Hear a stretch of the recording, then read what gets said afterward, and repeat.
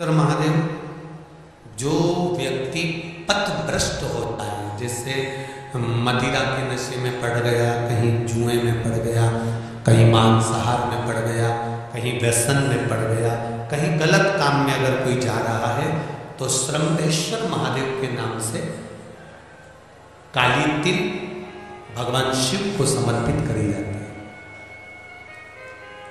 महाराज काली तिल को वापस उठा कर ले आते हैं।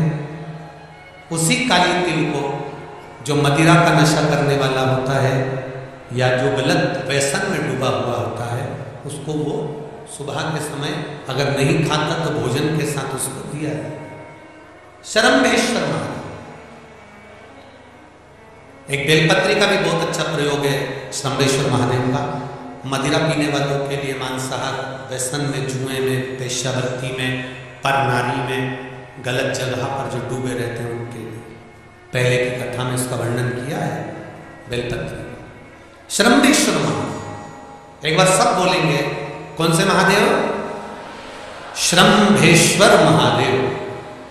फिर जम के बोल लो एक बार, श्रम्भेश्वर महादेव। जब हमारे घर में क्रोध बढ़ता है या कोई गलत कार्य में जाने लगता है, तो श्रम्भेश्वर महादेव का हमें शरणागति लेना चाहिए। श्रम्भेश्वर महादेव का पूजन करना चालू कर देना चाहिए। कई लोग कहते हैं महाराज जी श्रम्भेश्वर महादेव का मंदिर कहाँ मिलेगा, हम कहाँ पूजन करने जाए? कहीं नहीं जाना, तुम्हारे घर के पास में जो शंकर जी का मंदिर है वहीं जाओ, उसी देवालय में, उसी मंदिर में जाओ, श्रम्भेश्वर महादेव के नाम से जल चढ़ाना प्रारंभ करेंगे। वो जल जो गलत संगत में पड़ा हुआ है उसका आचमन कराना प्रारंभ करेंगे, अपने आप उसकी धीरे धीरे बुद्धि सुधरना प्रारंभ हो जाएगी। ऐसा श्रम्भेश्वर महादेव। कुछ स्थान हमारे यहाँ पर बड़े सुंदर सुंदर स्थान निश्चित किए गए हैं, जैसे कैंसर आदि के मरीज के लिए हम लोग पहले भी कहते हैं कि त्रिजुगी नारायण का जल बड़ा महत्व रखता है। जिसका शरीर या जिसको एक पत्र आया है कि किसी को मिर्गी का झटका आना चालू हो गया था। अब पत्र ढूंढेंगे तो समय थोड़ा लग जाएगा। जिसने लिखा है उसके स्मरण में होगा, जिसने भी लिखा होगा कि बीमारी के चलते चलते फिर मिर्गी आना चालू हो गई।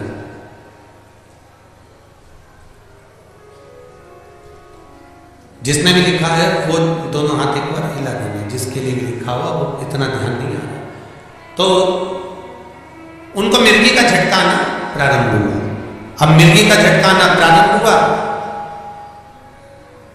कई महीने निकल गए, मिर्गी के झटके बंद नहीं हुए। तब उन्होंने पत्र में लिखा है कि श्रम्भेश्वर महादेव का आपने जो वर्णन करा था 31 बेलपत्र वाला, गुरुजी हमने वो 31 बेलपत्र वाला प्रयोग करना प्रारंभ करा, और उन्होंने पत्र में लिखा है कि मिर्गी के झटके भी बाबा की कृपा से ठीक हो गए हैं, अब कोई झटके नहीं। श्रम्भेश्वर महादेव का जो वर्णन है, श्रम्भेश्वर महादेव का जो गुणगान है, ये कोई साधारण नहीं है। शिव महापुराण में भागवत के प्रहलाद चरित्र को लाकर रखा गया है केवल श्रम्भेश्वर महादेव के प्रागट्य के लिए।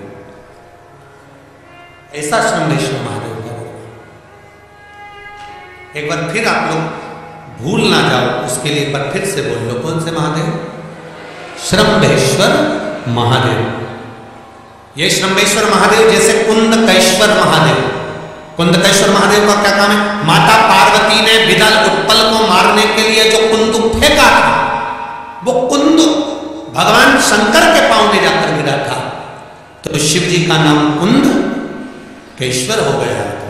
जब हमारे यहाँ कोई दवाई नहीं लगती शरीर में, कोई कैंसर जैसा रोग हो गया, किडनी लीवर का रोग हो गया, या बीपी शुगर का रोग हो गया, शुगर लेवल में नहीं आ रही है, तो आप शंकर जी पे से जो बेलपत्र ला रहे हो कुंदकेश्वर महादेव के नाम से दवाई खाओ, डॉक्टर को दिखाओ, सारी जांचें कराओ, डॉक्टर के अनुसार चलो, डॉक्टर जैसा बताए वैसा करो, पर उस दवाई को भी शिव जी से कहकर कि बाबा कुंदकेश्वर महादेव का नाम लेकर उस दवाई को भी हम कुंदकेश्वर महादेव का प्रसाद समझकर पाना प्रारंभ करो।